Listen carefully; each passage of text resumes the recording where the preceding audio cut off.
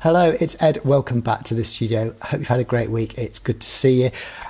I'm very brightly coloured this week because it's getting on for Christmas. It's really dark outside and grim, and I'm just trying to add a little bit of colour to my life. And speaking of adding colour, I have this roll of Lomochrome Purple. I had a roll of Lomochrome Turquoise and I shot that on the Constructor camera all back in the spring, and I wasn't massively impressed, but I think that's probably to do with the camera I shot it in, and that put me off.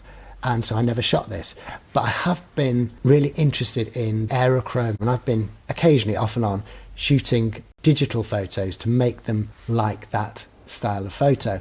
There's a lot of green in England, and in case you don't know, Aerochrome kind of changes foliage from green to red. It's because of the infrared sensitivity of the film, but it sort of seems to be coming back. I saw something on a photo show talking about maybe Aerochrome being brought back. I've seen on the Grainy Days channel, the guy has found an old Holga camera with multiple exposures and used filters on it to replicate the process. It's quite involved. I think he took it from someone else, and it's a lot of work, and it looks very expensive to do, so I can't afford to do that. So I've been shooting, as I have been in the past, digital and using colour replacement to fake it a little bit. I went to set to the Modern Art Museum there, and there's a really interesting tree outside, and I changed that to red, and I thought the result was really punchy. I put it on my Instagram.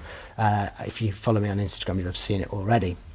But I have not shot Aerochrome ever, and I'm told that Lomochrome Purple is the closest sort of, it's a poor relation. Sorry, Lomochrome, this is just what I've been told. I've not shot it, I don't know. I've been told it's a poor relation, but you do get a similar kind of look. So I thought that would be a bit of fun. Now, it might be the wrong time of year to be shooting this. It's winter, all the leaves have fallen in England, but Christmas trees, they're green, aren't they? So maybe they'll go purple and we'll have a really interesting kind of festive look. So let's experiment. That's what we do here. Let's go and give it a try. I will load up now and go out, shoot a few shots, and hopefully there will be a nice little slideshow for the end. Right, let's crack it open. C41 process, 100 to 400 ISO. I think they usually say the higher ISO you use, the more extreme the result. So we'll go for the middle, moderation in all things. And it's good that it's C41 and I can just process it at the local lab. I've done enough processing of my own recently. Okay. I'm going to put it in the EOS500 because I want to be able to use a variety of lenses and get a sharp result, because the Yashica, much as I love it, it's slightly soft, the lens these days, and obviously you only have that 40mm choice. Let's get ready. What the reel looks like. Oh, it's wedged on tight, this top. There we go. Well, it looks like ordinary film. The back of it's slightly greenish, so the base probably has some sort of impact. The reciprocal colour to green, is that purple? Will it go in? There we go, it's in. It's winding on. Oh, 35 shots. Usually get 36, but 35, I'm not going to complain too much about that. Right, let's go out and shoot. So come out to the Goit Valley, and as you can see, lots of lovely greenery, moss, trees, which are pretty much golden now, but some coniferous trees up ahead as well. So I think this might be a good test of the film. See what we get, and I've got Lucy with me as well. So I shall get a couple of pictures of her, if she doesn't mind, to see how skin tones work. She's wearing green, so she might turn purple as well. But anyway, we shall see.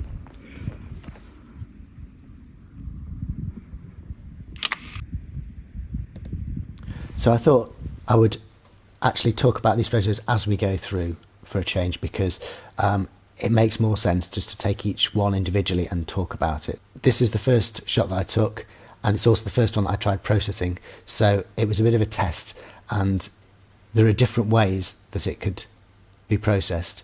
And the first one I did, it was almost red. The next one I did, everything was purple. This one seemed to be a good balance of the two, and that was achieved by some global changes in camera raw. It does seem that the purple colour comes from the base celluloid rather than from anything to do with the way the developing layers work. I could be wrong about that. I've not gone into the technical spec, but that's how the negative looks. I think if the negative's thick enough, then there's enough other colour for it to show that colour. If you've got a thin negative, you're getting more purple. It's not the same sort of effect that I would expect if it was the actual photosensitive material that was producing the purple. But anyway, as a first one, I was quite happy with that.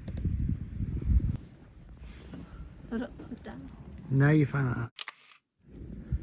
So moving on to this picture of Lucy, as you can see, it's actually quite nice. I showed it to her and she said, oh yes, I've got like pink highlights in my hair, it's quite fun. But you can see that her hat, which was orange, has gone pink. The silver metal shutters behind are tinted blue.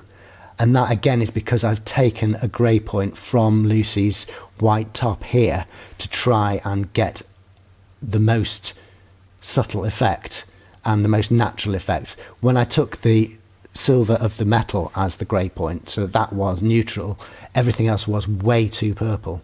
But, you know, it's a nice crisp negative. There's good detail in there. There's not too much grain. And the lichen on the back wall here is purple, which is what we'd expect. But then the wall is kind of green. And it would be lovely if you could get that purple without getting everything else a different colour. Maybe it's partly down to my use of it, but I was using a camera which had very good settings. So I don't think it's the fact that I poorly exposed the shot, and that's why we're getting these results.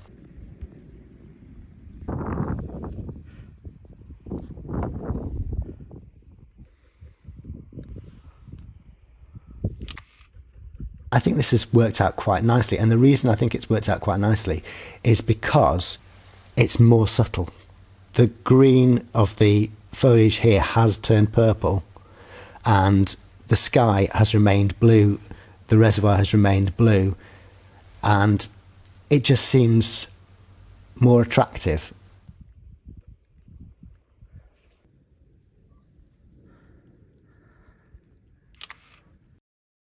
I took a picture of this mossy wall with the lichen on it, and I really like this. It's where this film stock seems to shine. I don't know if you remember, I was saying there's so much green in England, it becomes kind of dull. So to be able to turn part of it purple, it's just a bit fun. You know, I like that. Well, I don't like purple, actually. Purple is not a favourite colour, but this is more fuchsia. It's closer to red, actually. And again, that's because of the colour balance that I've done. The purples are not consistent throughout this reel because my processing has not been consistent. I've not used exactly the same setting for each one, because when I did that, the results were horrible for 99% of them. So I've given each negative its own colour balance, which again, you might say, well, in that case, why not just go digital and change the colour there, because you're messing with what was there. But what I would say is all I'm doing is deciding what colour light, basically, I'm shining through the negative. So it's a global change. It is more organic. But yeah, the results mixed. So let's move on. Okay, so this one is where I think the film probably shines most. The sky, it's got a little bit of cyan to it, a little bit of green to it, but it is like a sky. It's a bluey green sky. There's an aeroplane crossing and you can actually see it. The detail is there. The water is bluey green, as it should be, but then the foliage, everything around it is fuchsia, and I think that's quite striking and would make an interesting image. So that's maybe where this film would work best, in my opinion, if you've got a scene where there are two predominant colours and maybe those colours are quite similar, but you want one to be very different, because if you look at the actual video of what this looks like, it's green and blue, which is quite close together.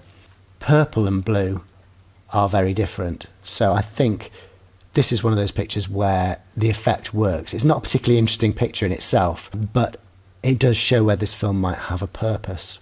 Talking about purpose, I think it is important when you're using a film stock or any sort of process which changes things dramatically to have a reason for doing it. Now, I'm not an expert in Aerochrome. I believe that the photographer that made it famous was doing a photography project looking at war and the consequences of that, and by turning the foliage red from green, I think it was the idea of blood and destruction and fire and that sort of thing. So there was a purpose to why it was red. It wasn't just, oh, it'd be interesting to turn it red, it's boring that everything's green. There was an artistic reason for it. When would I want things to turn purple? It's a royal colour, so if I was doing something to do with royalty, I believe in some cultures it's a sign of grief, it's a colour connected with grief.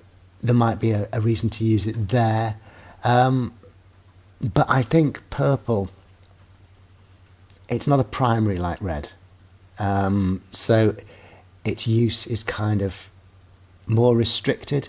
I can see more times when I would want something to turn a fiery red than a fuchsian purple. But again, there might be a project that I'm doing one day and I just think, actually, using a purple hue, but would I? I think I would go back to what I do already, which is digitally changing a single colour. Some of you might say, doesn't that go against your preaching about manipulating photographs? And I would say no, because I am very specifically changing something that you can see has been changed. I'm not trying to fool you into thinking that it actually looked like that. If I change foliage from green to red, you know I've changed the foliage from green to red. I'm not hiding out pretending that that foliage was red. So it's different from replacing a figure that wasn't doing what I wanted it to do.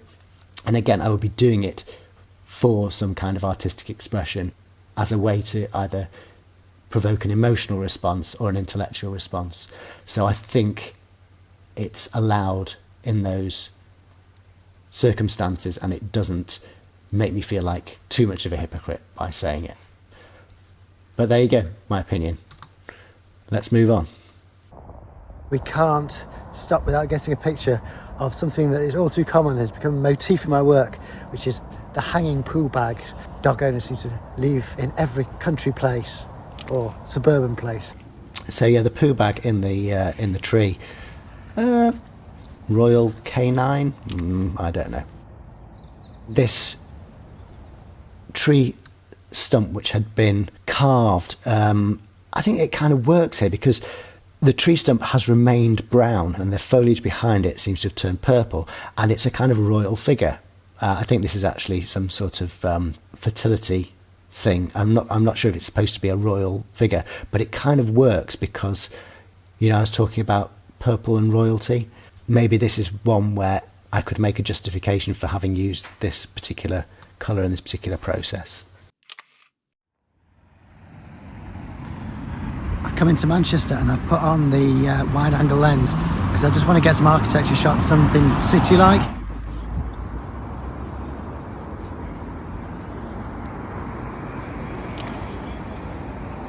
Okay, so the photo of these skyscrapers, I just can't see any reason why I would want to use this film for that because it just looks awful. The only way I could use it would be to convert it to black and white. This image, I quite like the way the trees have gone purple, but again, it's not great. And this shot of the narrowboat, I think, will work better if I convert it to black and white. There we go, end of the roll. So another film stock tried. It was fun. You've heard my thoughts already about where it fits in. So I guess I will leave it there and just thank you once again for being with me. I hope you will like, subscribe. I know I say it every week, but it really is important for me to keep this going. And hopefully I will be back next week with something new.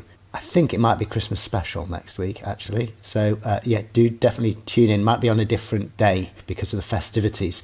But hopefully I will see you very soon anyway. Have a fantastic week. That's it. Bye for now.